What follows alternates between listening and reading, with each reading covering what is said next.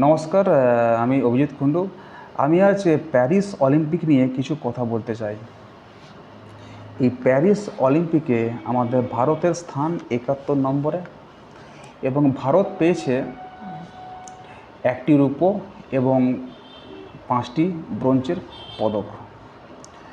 তালিকায় প্রথম নম্বরে আছে আমেরিকা, যার পদক সংখ্যা ১২৭, এবং তালিকার দ্বিতীয় নম্বরে আছে চায়না, যার সংখ্যা ৯১ পদক, এবং তৃতীয়তে আছে জাপান, তো তারা পেয়েছে ৪৫টি পদক। তো এখন যেটা দেখা হচ্ছে যে ভারত পেয়েছে মোট ৬টি পদক। প্যারিস অলিম্পিকে যাওয়ার পূর্বে কর্তারা ঘোষণা করেছিলেন যে এবছর নাকি রেকর্ড সংখ্যক পদক আনা হবে, কিন্তু রেকর্ড সংখ্যক পদক আনা তো দূর, দুই অঙ্কের সংখ্যাকে তারা স্পর্শ করতেই পারেনি।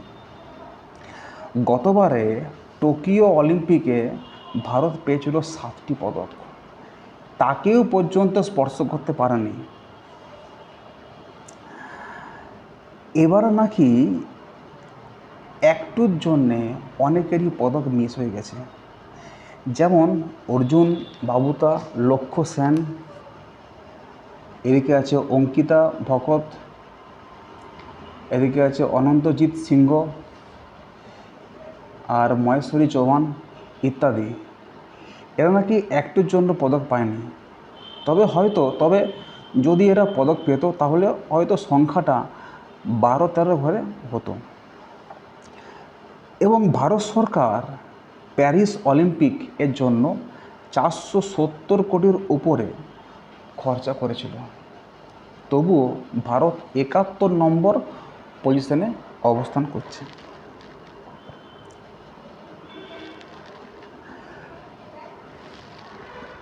এবং অলিম্পিকে যেগুলো জনপ্রিয় ইভেন্ট, যেমন অ্যাথলেটিক্স, জিমন্যাস্টিক্স এবং সাঁতার, এই ক্ষেত্রে আমার মনে হয় একটু জোর দেওয়া উচিত। এবং চায়না এবং আমেরিকা, তারা এই যে 3টে পপুলার ইভেন্ট অ্যাথলেটিক্স, জিমন্যাস্টিক এবং সাঁতার, তারা বেশি পদক এইগুলোতে পেয়েছে। আমাদের ভারত অবশ্য পদক পেয়েছে একটিতে, যেটা ভারত পেয়েছে রূপো, এবং যে রূপো পেয়েছে সেটা জ্যাভলিন থ্রো, অর্থাৎ নীরজ চোপড়ার হাত ধরে। তো এখন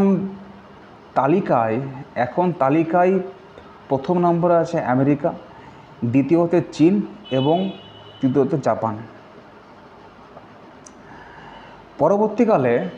পরবর্তীকালে 2028 সালে ইউএসএতে লস এঞ্জেলসে অলিম্পিক হবে, এবং আমরা প্রত্যেকেই আশাবাদী যে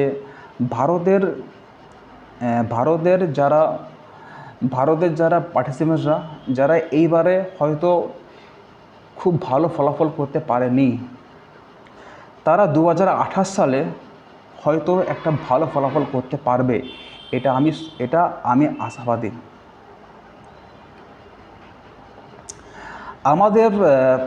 আমাদের পাশের দেশ পাকিস্তান সোনা পেয়েছে একটি, এবং তার স্থান ৬২ নম্বর র্যাঙ্কিংয়ে, মানে ৬২ নম্বর র্যাঙ্কিংয়ে পাকিস্তান অবস্থান করছে, আর সেইখানে ভারতের র্যাঙ্কিং ৭১ নম্বর।